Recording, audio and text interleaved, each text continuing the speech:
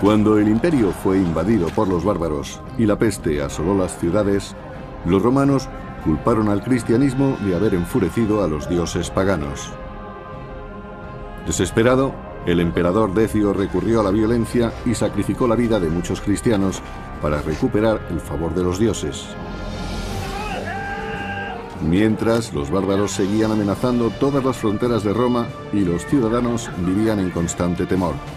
Según se agravaba la crisis, varios insurgentes se sublevaron y dividieron el Estado romano. Entonces apareció un nuevo gobernante, Aureliano, que unificó el desmembrado imperio sirviéndose de su mejor arma, el ejército. El Imperio Romano, el emperador de los soldados.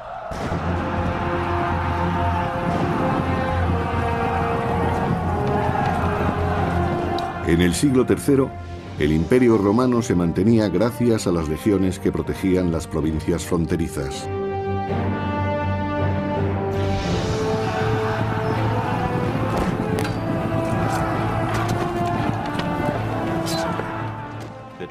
En aquellos momentos, las legiones tenían que resolver sus problemas por sí mismas, pues estaban demasiado lejos de la capital. Los emperadores solo prestaban atención a los conflictos fronterizos cuando ya estaban fuera de control. En ausencia del emperador, los propios soldados arreglaban los asuntos de liderazgo. El emperador no podía estar en todas partes. Y al existir un vacío de poder, otros tenían que hacer el trabajo por él. A veces se proclamaba un emperador para conseguir el apoyo local y para derrotar a los bárbaros que amenazaban la integridad de las provincias. Al proclamar sus propios emperadores, las legiones fronterizas se declaraban independientes de Roma.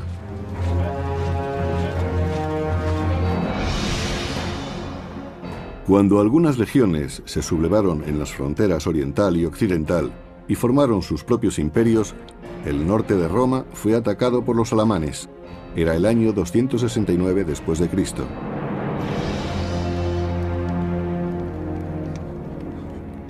En su palacio de Roma, el emperador Claudio II estaba muy preocupado por el devastador ataque de los bárbaros.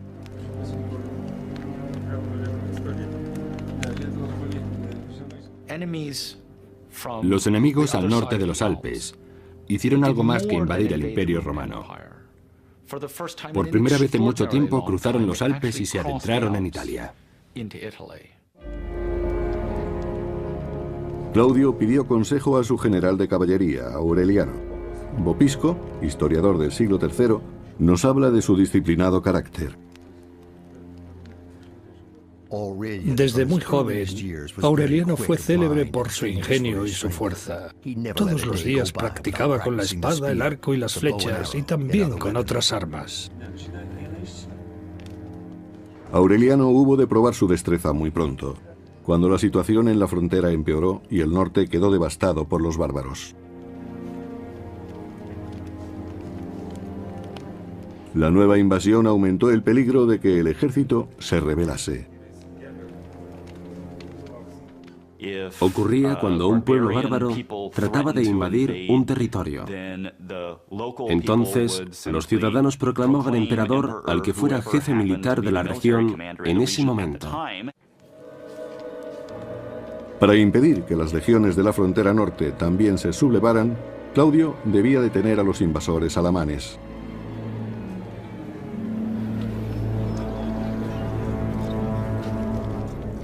En el campamento alamán, los bárbaros celebraban las capturas que habían realizado en el debilitado imperio. El botín incluía mujeres y niños que serían empleados como esclavos.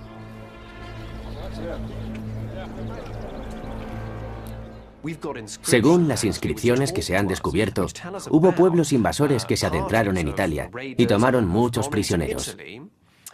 Hasta cierto punto, les resultó muy fácil, pues atacaron el imperio cuando no estaba en su mejor momento. Los alamanes estaban dirigidos por enérgicos caudillos que aseguraban la lealtad de sus guerreros, recompensándolos con esclavos romanos. La codicia de los bárbaros no tenía límite.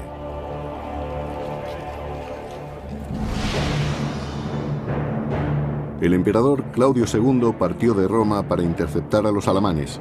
Se encontró con ellos en el lago de Garda, al norte de Italia. Claudio y sus hombres se enfrentaron a un brutal enemigo. Según Amiano Marcelino, historiador del siglo IV, con más rapidez que precaución cargaron contra nuestras formaciones de caballería. Los dientes les rechinaban y su furia era indescriptible. El pelo flotaba sobre su espalda y la locura brillaba en sus ojos. El emperador Claudio II se encontraba en desventaja numérica, pero tenía un arma secreta: Aureliano, su general de caballería. Lo llamaban manus ad ferrum, o mano en la espada, pues siempre estaban dispuestos a batirse. Aureliano ayudó a Claudio a vencer a los alamanes. Mataron a la mitad de los guerreros bárbaros y el resto regresó al otro lado de los Alpes. Con la intención de asegurar Italia contra futuros ataques, Aureliano y el emperador fueron a los Balcanes para reforzar la presencia militar en la región.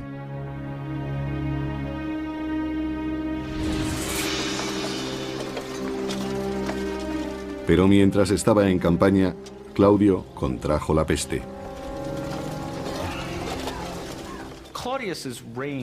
El reinado de Claudio fue corto, desde el año 268 hasta el 270. Obtuvo un gran éxito militar en el año 269, del que hizo mucha propaganda y del que se habló durante mucho tiempo. Pero la derrota de los alamanes no bastó para que el imperio se recuperase. Cuando el emperador Claudio murió, el trono fue ocupado por Aureliano, su general de confianza.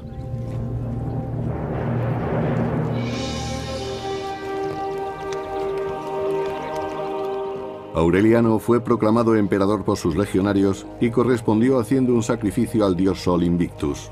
El Sol Invictus era una deidad venerada por los soldados, pues les ayudaba a conseguir la victoria. Los romanos, y sobre todo los soldados, mitificaban todo aquello que pudiese darles la victoria o que les ayudase a conseguirla. Aureliano era de baja alcurnia, pero igual que muchos otros generales, había llegado al puesto más alto del imperio debido a su brillante carrera militar. En el siglo III era improbable que un civil fuera emperador, porque no dispondría de mando sobre las tropas. Aureliano necesitaría la fidelidad de sus legionarios y la ayuda de su dios para enfrentarse al enemigo.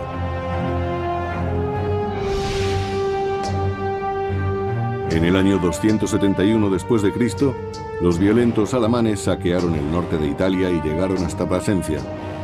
Aureliano y su ejército se dirigieron al oeste para detener a los bárbaros, pero el general había enviado anteriormente una oferta de negociación.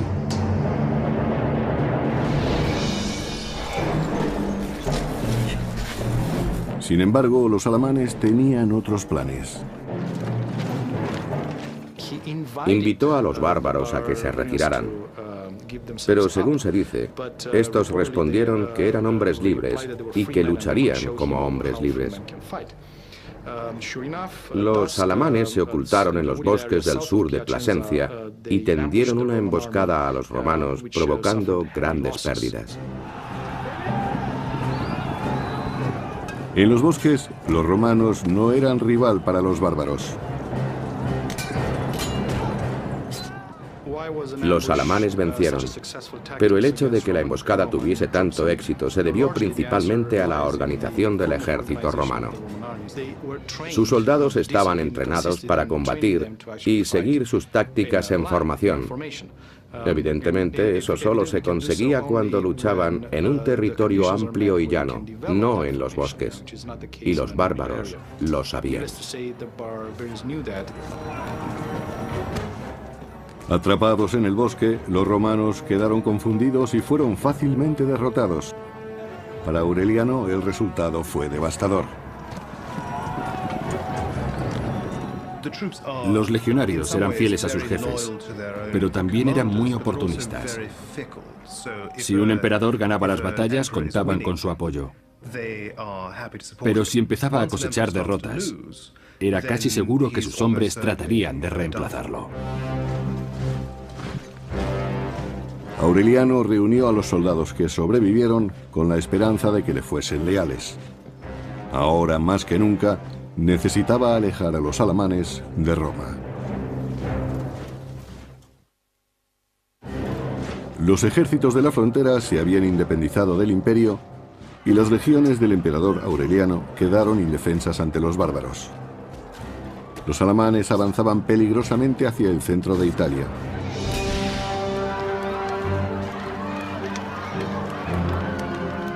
El miedo se apoderó de los ciudadanos de Roma, pues el ataque de los bárbaros era inminente. Desesperados, muchos decidieron huir. La derrota del ejército de Aureliano sembró el pánico porque ya no quedaban fuerzas importantes entre los bárbaros y la capital. Los que no pudieron escapar se amotinaron. Estaban enfurecidos por el fracaso de Aureliano, que debía haber expulsado a los bárbaros de Italia. Los habitantes de Roma no parecían comprender que habían sido muy vulnerables. Una ciudad en medio de un vasto imperio, cuyos ejércitos estaban repartidos por la frontera, eran un objetivo muy claro para los bárbaros. Pero antes de que los invasores alamanes llegaran a la capital, Aureliano pudo detenerlos en la ciudad de Fano, a 290 kilómetros de Roma.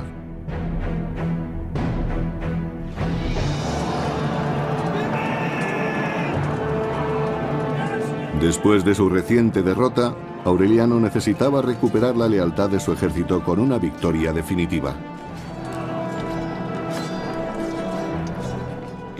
Los emperadores siempre se apoyaban en la lealtad de sus hombres. Y aunque fuesen ellos los que representaban al Estado, la realidad es que el poder imperial residía en el ejército. Aureliano, al frente de su ejército, demostró a los bárbaros el poder de la disciplina de las legiones romanas. Y también demostró que si las legiones combatían en formación, el enemigo no tendría ninguna oportunidad. Durante aquella batalla, muchos guerreros bárbaros perecieron en las aguas del río Metauro.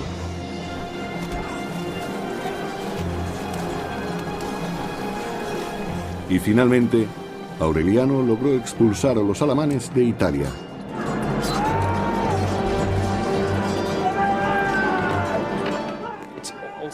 Aquel triunfo sirvió para elevar la moral de los romanos. Habían estado a punto de perder toda esperanza. Pero la victoria de Aureliano quedó olvidada muy pronto. Llegaron noticias de un nuevo conflicto en Palmira, una ciudad de la frontera oriental.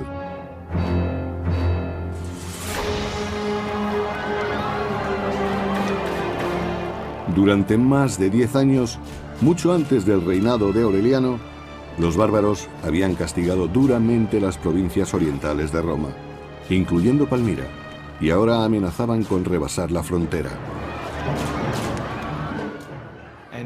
Algunos de estos pueblos estaban muy militarizados, empleaban tácticas de ataque diferentes y causaron graves problemas a las provincias orientales.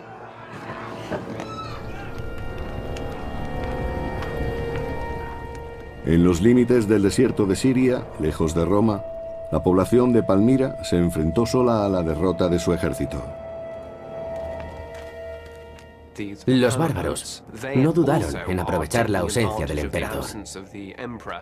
Hicieron retroceder las fronteras y se dedicaron a extorsionar a los romanos de la región. Y tuvieron éxito. Muchos de los habitantes de Palmira murieron a manos de los bárbaros, pero la ayuda de Roma nunca llegaba. En algunas regiones, los habitantes vivían bajo la amenaza de una invasión y querían estar más protegidos. Por eso, los jefes locales se hicieron cargo de las funciones que el emperador no podía asumir. El ejército de Palmira decidió sublevarse y se hizo con el poder.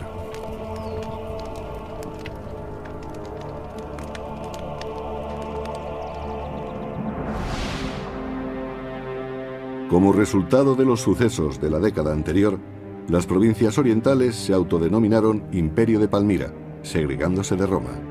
A continuación desafiaron a Aureliano y se apoderaron de la provincia romana de Egipto.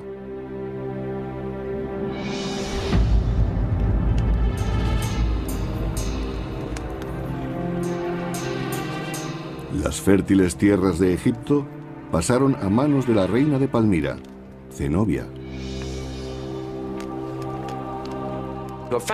Es fascinante que una mujer oriental llegase a tener tanto poder, tanta influencia. Fue como otra Cleopatra. En cierto modo, quiso emular a la mítica reina. Cuando Zenobia se apoderó de Egipto, trató de reconciliar bajo su mando a los ciudadanos de esta región. Con Egipto en su poder, Zenobia ordenó que se dejara de enviar trigo a Roma. De este modo, la reina de Palmira cortaba una de las principales fuentes de alimento del imperio. Por supuesto, Italia era el corazón del imperio, porque allí era donde se había iniciado. Pero Egipto, en África, era la despensa de los romanos. Allí se concentraba la agricultura. La reina Zenobia, con el apoyo de su leal general Zabdas, convirtió a Roma en su rehén y declaró que en Palmira habían dejado de estar indefensos.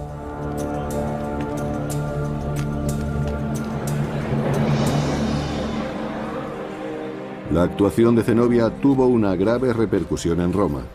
Aureliano fue testigo de la desesperación de su pueblo, que empezó a pasar hambre, y ordenó a sus soldados que compartieran el pan, pero no fue suficiente.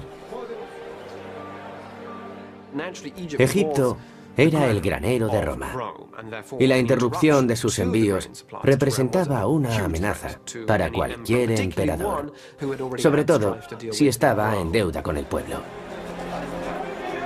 La crisis enfureció a los romanos, y después de perder algunos territorios en Oriente y Occidente, el imperio tenía que enfrentarse ahora a una rebelión en la capital.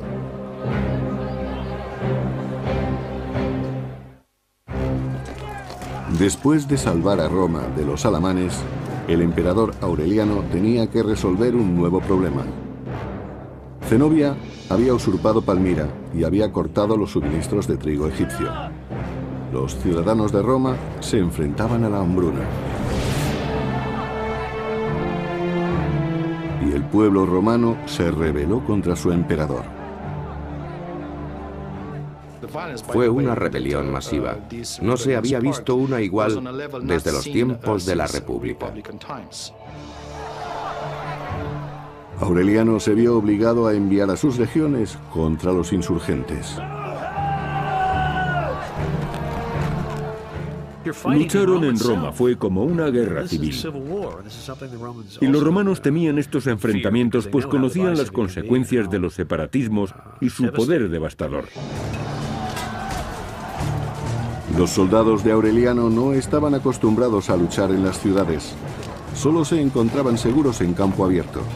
Y al no poder combatir en formación, volvieron a mostrar su debilidad.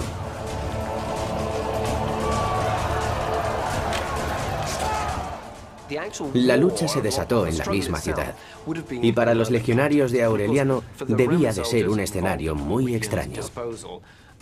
Las batallas de la antigüedad no se solían librar en las ciudades ni entre las calles, porque allí, debido a su entrenamiento, los soldados encontraban grandes dificultades.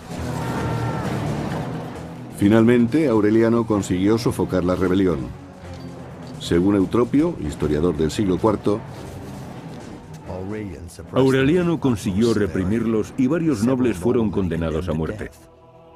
El emperador no fue conciliador, sino cruel y sanguinario. Pero era el dirigente que los tiempos requerían. Aureliano ejecutó a los jefes de los rebeldes, recordando al pueblo quién mandaba en Roma.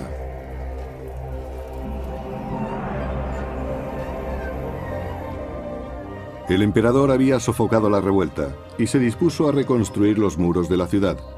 Bajo su mandato, Roma volvería a ser fuerte y segura.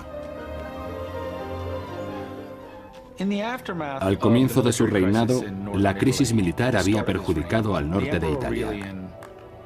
Ahora Aureliano se ocupó de que Roma tuviera nuevas murallas. Realmente fueron las primeras murallas importantes que se construían en Roma desde hacía casi 1000 años. Aureliano también se ocupó del problema del imperio de Palmira. Debía asegurar el grano para que no hubiera hambruna en Roma, pues sus reservas de pan empezaban a agotarse. Aureliano se propuso reafirmar su dominio sobre todo el imperio. Por eso, en el año 272 después de Cristo, fue a Oriente para reconquistar los territorios sublevados. Su primer objetivo fue la ciudad romana de Antioquía, que pertenecía a una gran región conocida como Siria.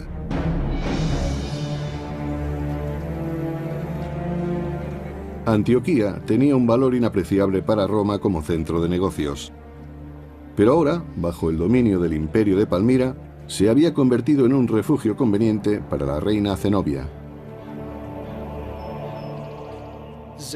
Zenobia sabía que Antioquía sería la primera ciudad en ser atacada. Aureliano se dispondría a conquistarla en cuanto llegara a Siria. Por eso la reina envió al general Sabdas cerca del río Orontes, al oeste del lago de Antioquía. La reina Zenobia estaba tranquila. Sus ejércitos llevarían la guerra fuera de las murallas de la ciudad.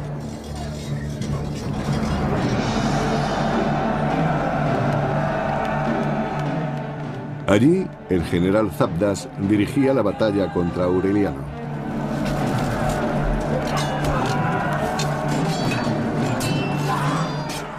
Los romanos avanzaban en formación cerrada. Con esa táctica debían encontrarse frente a frente con su enemigo para poder herirlo. Era más fácil cortar las extremidades o alcanzar la cabeza.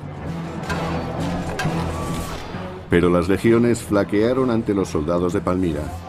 La única oportunidad de Aureliano era superar en la maniobra al general Sabdas.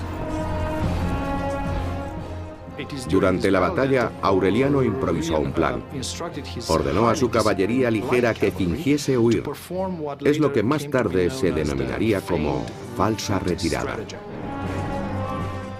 La caballería ligera de Aureliano simuló huir. Esperaban que los palmirenses les persiguieran y dejaran desprotegido el camino. Entonces la caballería dio la vuelta y aplastó a los rebeldes. La caballería de Palmira quedó totalmente destruida, dejando libre el camino a Antioquía. El general Sabdas ordenó a los soldados que habían sobrevivido que se retiraran. Zenobia y sus generales se apresuraron a ir a Palmira. Aureliano trató de alcanzarlos. Quería capturar a la reina antes de que entrara en la ciudad.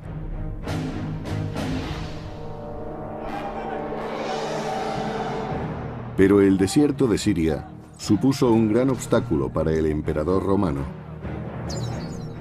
Era verano y hacía mucho calor en el desierto. Además, los nómadas árabes, que eran fieles a Zenobia, trataron de atacar a los romanos. Agobiados por el calor y por los árabes, Aureliano y su ejército trataron de llegar a Palmira. El emperador fue herido por una flecha y aquello retrasó su persecución, lo que permitió a Zenobia refugiarse en Palmira. Maldiciendo a los nómadas, Aureliano juró capturar a la reina. En el año 272 después de Cristo, el emperador Aureliano derrotó al ejército de Zenobia en Antioquía, pero la reina tendió una emboscada a los romanos y logró refugiarse en Palmira.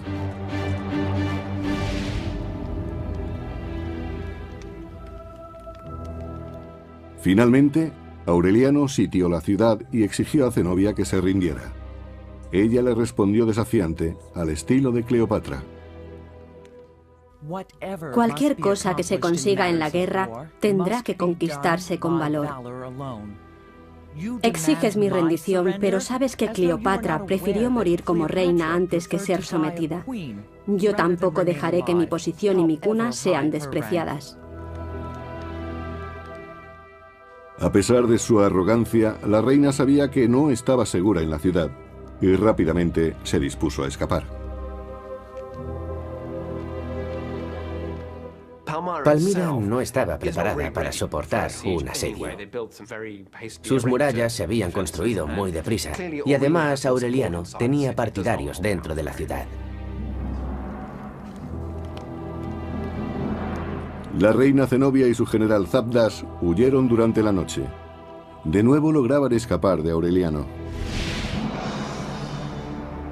En el año 272 después de Cristo, Zenobia huyó hacia Persia y alcanzó el río Éufrates en el Irak actual. Pero los soldados de Aureliano seguían de cerca sus pasos. En la orilla del Éufrates, la reina ofreció oro al barquero para que la ayudara a cruzar el río. Pero los romanos estaban cerca y sus riquezas no pudieron salvar a Zenobia. Fue capturada por la caballería romana. La reina, sus consejeros y sus generales eran prisioneros de guerra y tuvieron que ir a juicio. Zenobia viajaba atada y sabía que muy pronto estaría ante la presencia de Aureliano.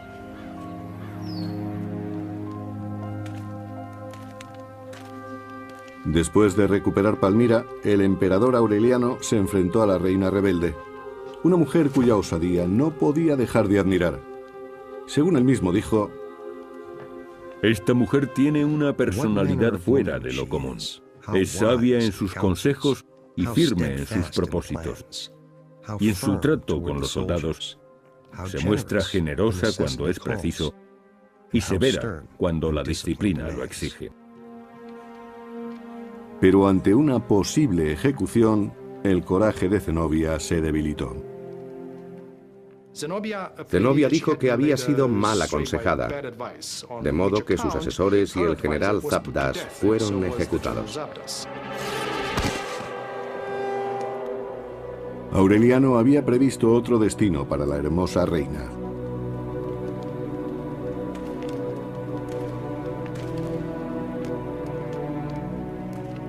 Pero antes de salir de Palmira, el emperador visitó un templo para rendir tributo a su dios. Sol Invictus era el dios de los soldados y el que le había dado la victoria en suelo extranjero. En aquel momento Aureliano estaba sellando una especie de alianza con el dios Sol. Estaba seguro de que le había dado la victoria en Palmira. De hecho, en las monedas de la época aparece Aureliano retratado con el dios Sol Invictus. En esos tiempos, se creía que el emperador tenía una estrecha asociación con la divinidad. Aureliano entendía que su dios le había concedido la victoria, y el pueblo también lo creía. En el templo, Aureliano imploró al dios Sol que le ayudase en la unificación de Roma. Por lo que se ve, el emperador Aureliano era partidario del universalismo. Deseaba extender y unificar tanto la religión como la política romana. Ofreciendo su propia sangre como sacrificio, Aureliano prometió a su dios una nación de fervientes devotos.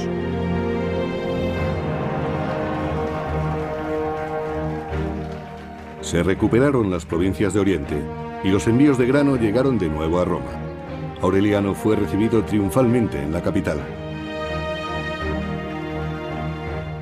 Los romanos asociaron su persona con el fin de las catástrofes militares. Es cierto que el imperio volvía a recuperarse, pero siempre había vuelto a caer en nuevas derrotas. Aureliano tenía planes en Roma. y ya sabía cómo emplearía las riquezas traídas de Oriente. Implantaría a Sol Invictus, dios de los soldados, como deidad única en el imperio, y se apresuró a construir un nuevo templo. Equiparó el nuevo culto con la religión estatal de Roma. Construyó un magnífico templo dedicado al sol y lo adornó con el botín traído de Palmira. Pero la religión tendría que esperar. Aureliano debía enfrentarse a más pueblos antes de que el imperio se recuperara totalmente. En el norte, los territorios romanos de la Galia y Bretaña también se habían sublevado. Las regiones fronterizas habían proclamado el Imperio Galo.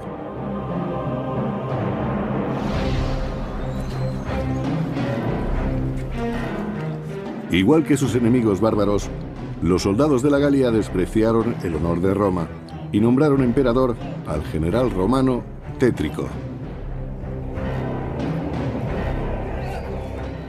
Por todas partes surgían ejércitos que proclamaban emperador a su general, y después competían entre sí. El vencedor sería el emperador legítimo. Naturalmente, la segregación del Imperio Galo preocupó a los ciudadanos de Roma. Fue una gran pérdida. Resultaba humillante que una porción tan extensa del Imperio Romano hubiese decidido desligarse de la capital. El emperador Aureliano actuó deprisa. Quería recuperar los territorios galos y restaurar la antigua gloria imperial. El único obstáculo era Tétrico y su ejército.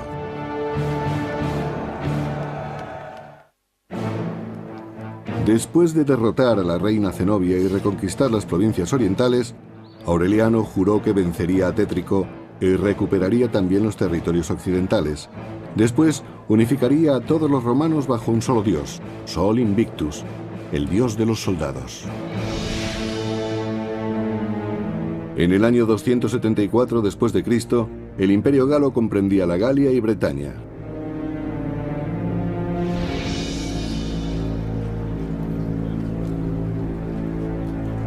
Allí, tanto el general Tétrico como su ejército se comportaban igual que los enemigos bárbaros. Sin disciplina alguna, se deleitaban torturando a los prisioneros.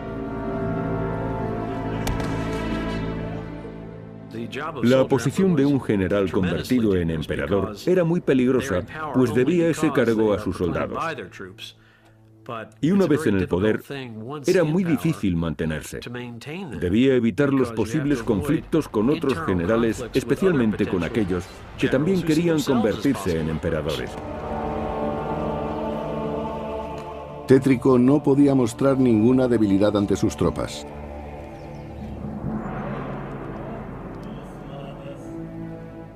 Pero en la intimidad de su palacio, el general no se apartaba de sus consejeros y trataba de averiguar cuál sería su próximo rival.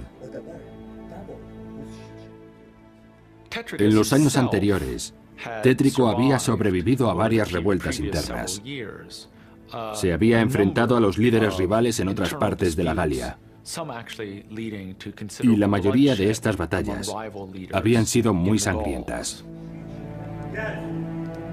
Tétrico quería que su reino fuera heredado por su hijo. De este modo crearía una dinastía propia.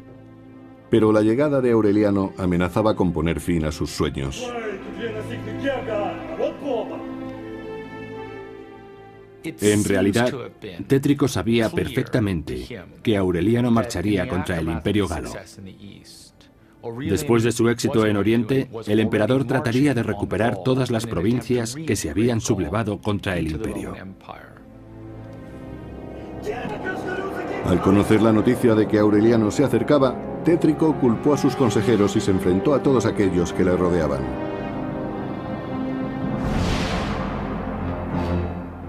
En el año 274 después de Cristo, Aureliano llegó a Chalons, en la Galia. Estaba dispuesto a enfrentarse a Tétrico para reconquistar los territorios que habían pertenecido al imperio.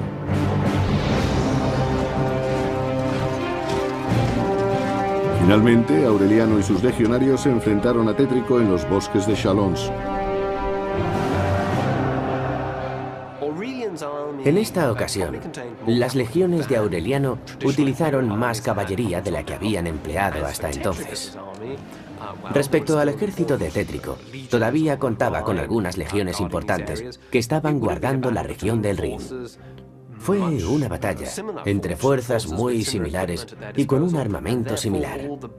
Debió de ser muy sangrienta y devastadora.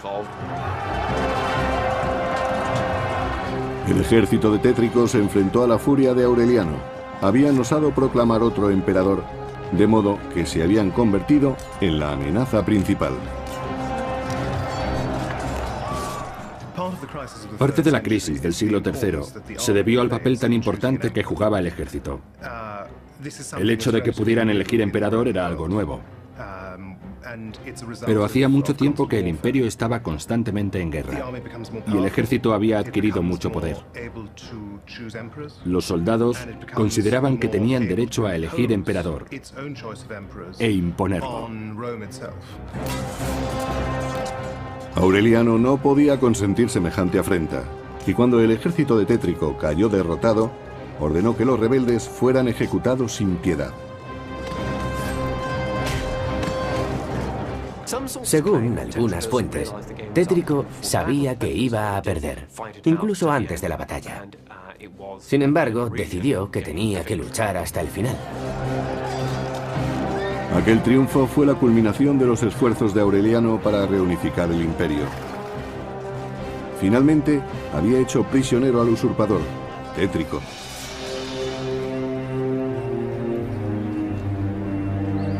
E igual que había hecho con la reina Zenobia, Aureliano perdonó la vida al usurpador. Aquella actitud sorprendió mucho a Tétrico, porque en las guerras civiles los líderes rivales representan un gran peligro. Después de todo, podrían volver a rebelarse y triunfar más adelante. Aureliano fue muy indulgente al perdonar la vida a sus enemigos. Los soldados del ejército galo que habían apoyado a Tétrico no tuvieron tanta suerte. Habían proclamado un emperador rival y pagarían su traición con la muerte. Aureliano imponía una disciplina férrea. No toleraba los motines. Era muy severo, pero los soldados lo respetaban.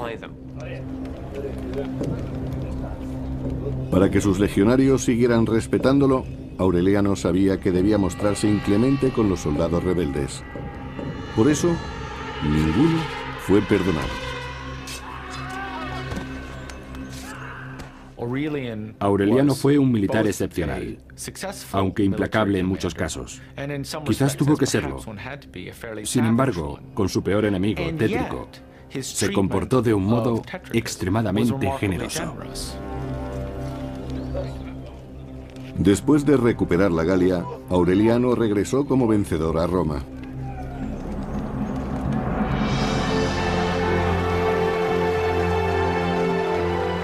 Tras 4 años de campañas, el emperador quiso celebrar la reunificación del imperio. En un deslumbrante desfile militar, mostró a los personajes más importantes que había capturado en sus conquistas. Fue una ceremonia muy ostentosa.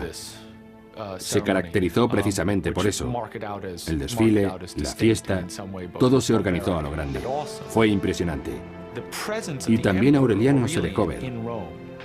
El hecho de que el emperador celebrase así una victoria militar era algo nuevo para aquella generación. Zenobia y Tétrico también estuvieron presentes. Los traidores derrotados daban testimonio de la victoria de Aureliano en Oriente y Occidente. Desfilar por las calles de Roma resultaba humillante para los enemigos capturados. Significaba que no habían tenido el valor de morir luchando. Aunque humillado, se permitió que Zenobia, Tétrico y otros cautivos vivieran. Pero la generosidad de Aureliano no se limitaba a sus enemigos. También demostró ser magnánimo con el pueblo de Roma. El propio Aureliano distribuyó pan y carne de cerdo entre los ciudadanos. y también, según se dijo, túnicas blancas de paño egipcio y africano. En realidad fue una gran demostración de poder.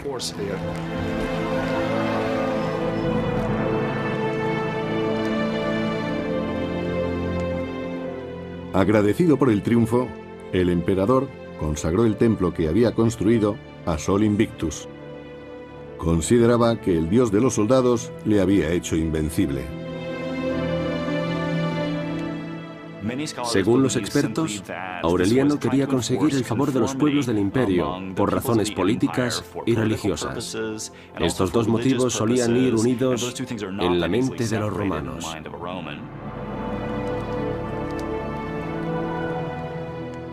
Aureliano decretó que el nacimiento de Sol Invictus se celebrara el 25 de diciembre.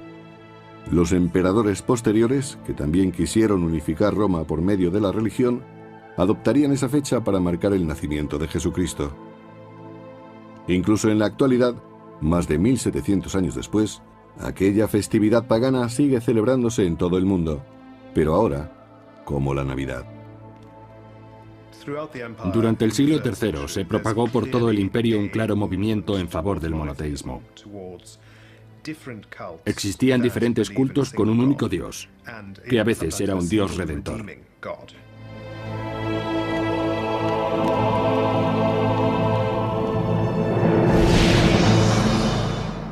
El imperio romano, ahora unificado, se extendía desde Palmira hasta Bretaña, pero en el año 275 después de Cristo, los bárbaros volvieron a sembrar el pánico en el este.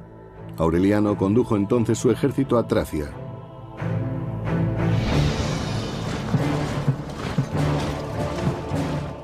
Aureliano era un personaje fascinante, muy dinámico. Estuvo en campaña en muchos lugares. Debía de poseer una energía extraordinaria. Fue esa disposición y energía la que le hizo ganar la lealtad de sus tropas.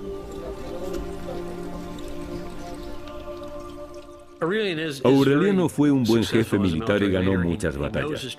Conocía a sus soldados y trabajaba bien con ellos. Estoy seguro de que los recompensaba regularmente, pues dependía de su apoyo constante. Ellos confiaban en él, lo consideraban su líder. El emperador Aureliano llevó a sus legionarios a la cima de la gloria y del honor.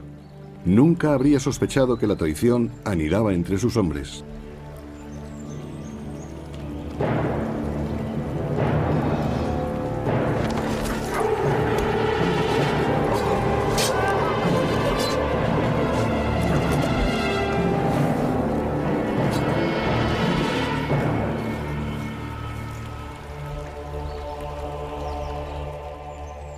El asesinato de Aureliano es difícil de explicar, sobre todo porque cosechó muchas victorias.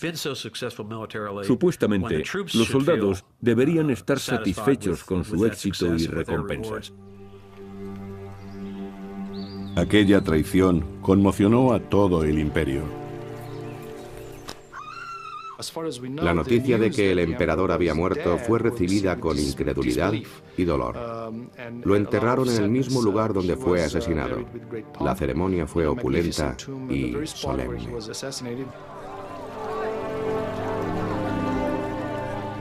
Roma lloró la muerte de un gran emperador que salvó al imperio de la destrucción.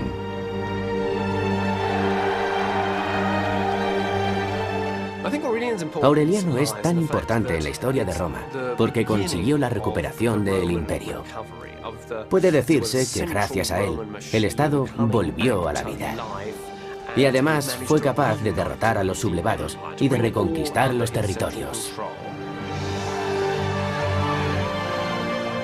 Pero ni siquiera el dios de los soldados pudo protegerlo del acero de los traidores. Y el imperio que tanto le había costado reunificar volvió a fragmentarse. Los propios emperadores, las legiones fronterizas, se declaraban independientes de Roma.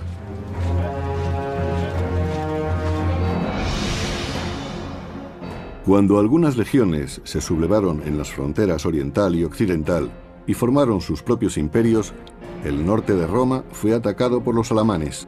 Era el año 269 después de Cristo.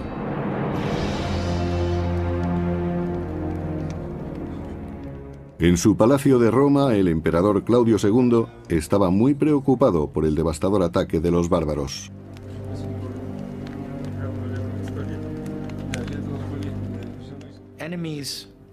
Los enemigos al norte de los Alpes hicieron algo más que invadir el Imperio Romano. Por primera vez en mucho tiempo cruzaron los Alpes y se adentraron en Italia. Claudio pidió consejo a su general de caballería, Aureliano. Vopisco, historiador del siglo III, nos habla de su disciplinado carácter. Desde muy joven. III, el Imperio Romano se mantenía gracias a las legiones que protegían las provincias fronterizas.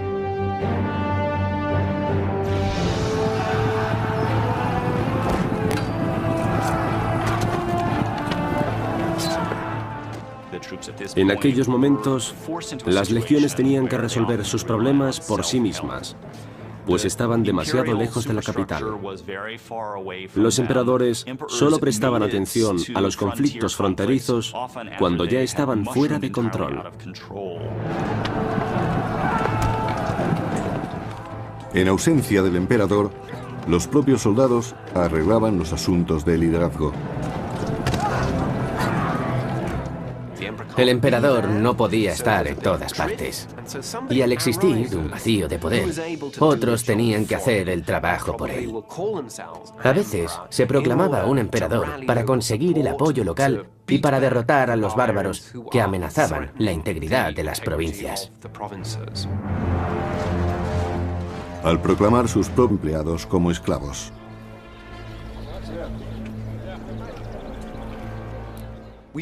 Según las inscripciones que se han descubierto, hubo pueblos invasores que se adentraron en Italia y tomaron muchos prisioneros.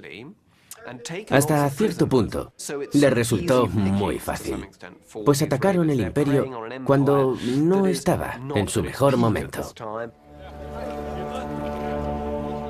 Los alamanes estaban dirigidos por enérgicos caudillos que aseguraban la lealtad de sus guerreros, recompensándolos con esclavos romanos. La codicia de los bárbaros no tenía límite.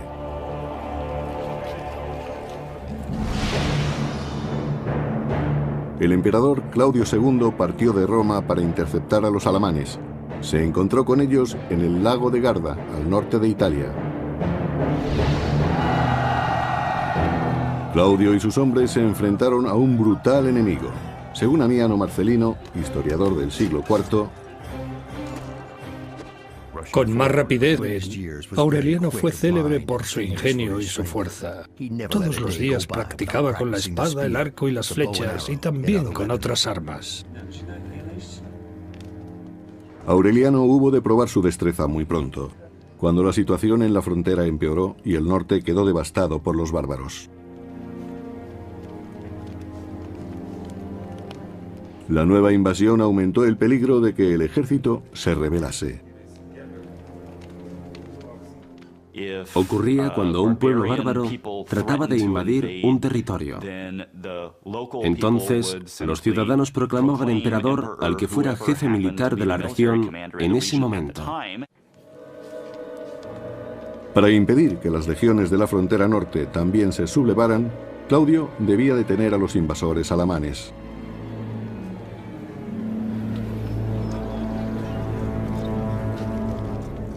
En el campamento alamán, los bárbaros celebraban las capturas que habían realizado en el debilitado imperio. El botín incluía mujeres y niños que serían...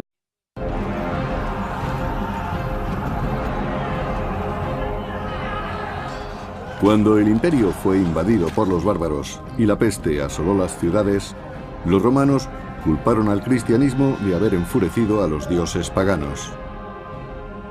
Desesperado, el emperador Decio recurrió a la violencia y sacrificó la vida de muchos cristianos para recuperar el favor de los dioses.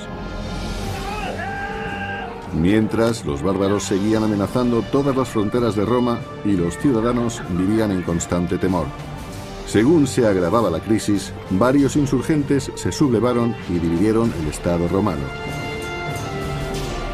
Entonces apareció un nuevo gobernante, Aureliano, que unificó el desmembrado imperio sirviéndose de su mejor arma.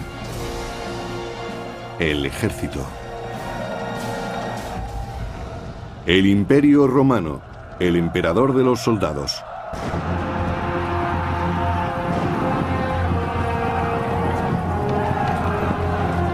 En el siglo